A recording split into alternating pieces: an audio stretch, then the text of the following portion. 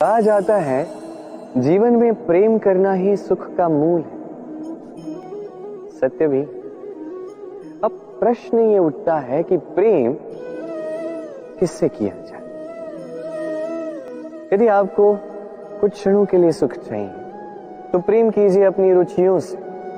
यदि आपको कुछ दिनों के लिए सुख चाहिए प्रेम कीजिए अपने मित्रों से।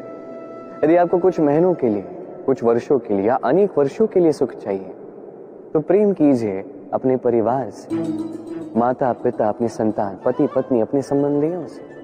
किंतु यदि आपको सदा सदा के लिए सुखी रहना है तो प्रेम करना होगा केवल अपने कर्मों से, क्योंकि संबंध चाहे जैसा भी हो कभी ना कभी टूटता ही है। ये संसार कुछ ऐसा ही है कि जिसका साथ मिलता है उसका साथ छूटता भी। केवल कर्म ही एकमात्र ऐसा है जो कभी आपका साथ नहीं छोड़ेगा। मृत्यु के पश्चात भी यही कर्म आपको जीवित रखते हैं। इसलिए सदैव स्मरण रखिए, ये कर्म धर्म समझकर निभाइए। जीवन के अंतिम क्षण तक कर्म से प्रेम कीजिए, जीवन के अंतिम क्षण तक सुखी रहिए। और मैं तो सदैव कहता हूं, तू बस कर्म करते जा, फल की चिंता ना कर। चलना, रुकना, विश्राम करना और दम भरकर पुनः खड़ा हो जाना और पुनः इस यात्रा पर चलना। ये जीवन का अभिन्न अंग है, इससे आप भाग नहीं सकते। किंतु इस अंग का उपयोग आप अपने जीवन में कैसे करते हैं, कैसे काम में लाते हैं, ये आप पर निर्भर करता है। हारने वाले भी जीवन में रुकते हैं, जीतने वाले भी जीवन में रुकते हैं।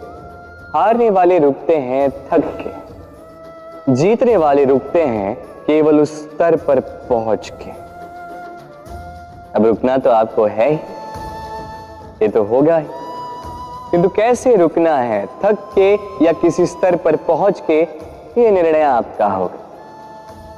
तो रुकिए भले ही, किंतु थकिए मत, क्योंकि आपको पुनः उठना होगा, पुनः यात्रा पर चलना होगा, उस स्तर पर पहुंचना होगा। यदि हमारे जीवन में ये कला ही ना हो तो हमारा जीवन निरस हो जाएगा।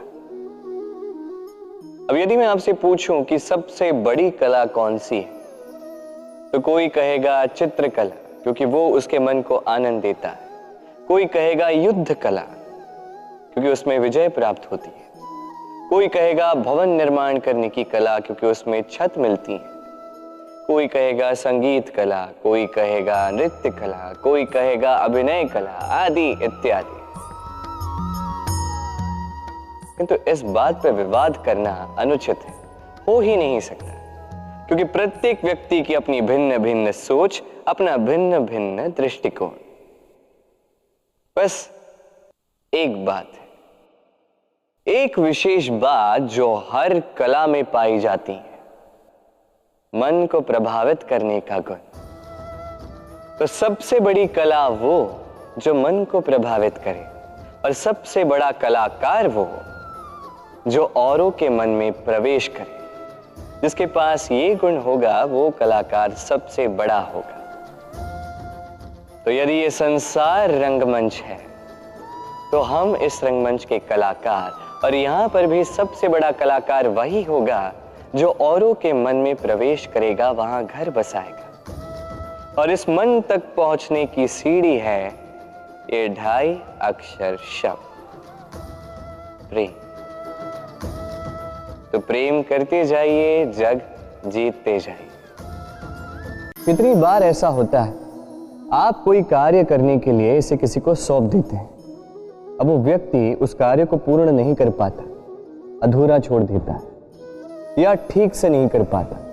अब इस परिस्थिति में होता क्या है, आप क्रोधित हो जाते हैं, उस व्यक्ति से रुष्ट हो जाते हैं, उसे डांट लगाते हैं।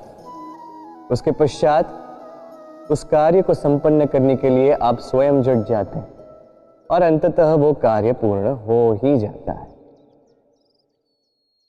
अब इसमें समस्या उस व्यक्ति के प्रयास की नहीं थी, समस्या आपने जो उस व्यक्ति के प्रति आस रखी उसकी थी।